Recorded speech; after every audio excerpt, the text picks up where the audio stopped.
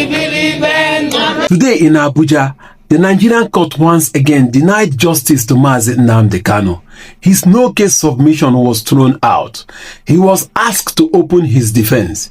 Even a simple plea to move him to the National Hospital for urgent medical care was rejected.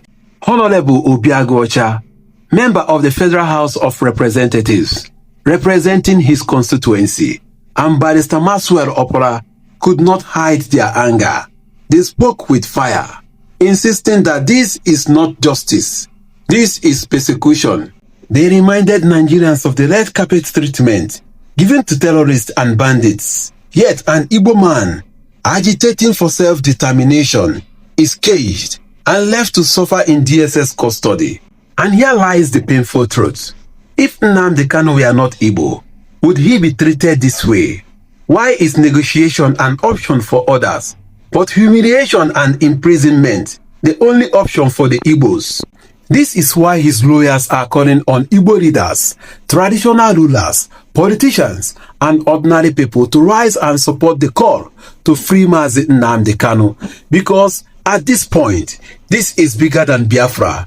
This is about justice. This is about equity. This is about whether the Igbo nation is truly part of Nigeria. So, I ask you this evening, is Mazi Nnamdi Kanu in prison because he is agitating or because he is Igbo?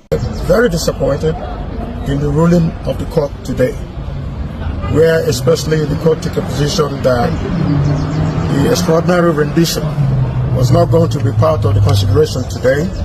But he, however, to be fair to him, said if we can prove that there were extraordinary rendition, then that would change his consideration. So we are coming back. I've been assured by the lawyers that they are coming back to show that proof.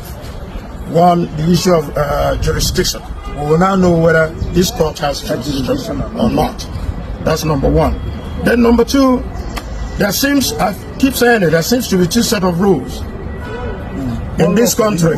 One for the Igbo man and the other one for every other Nigerian. Where every other Nigerian gets a reprieve, the Igbo man would not get a reprieve. You look at even the issue of the health situation of our brother. There have been many circumstances where people have been given opportunities to go and seek medical care, yet Nnamdi Kanu is denied. Even the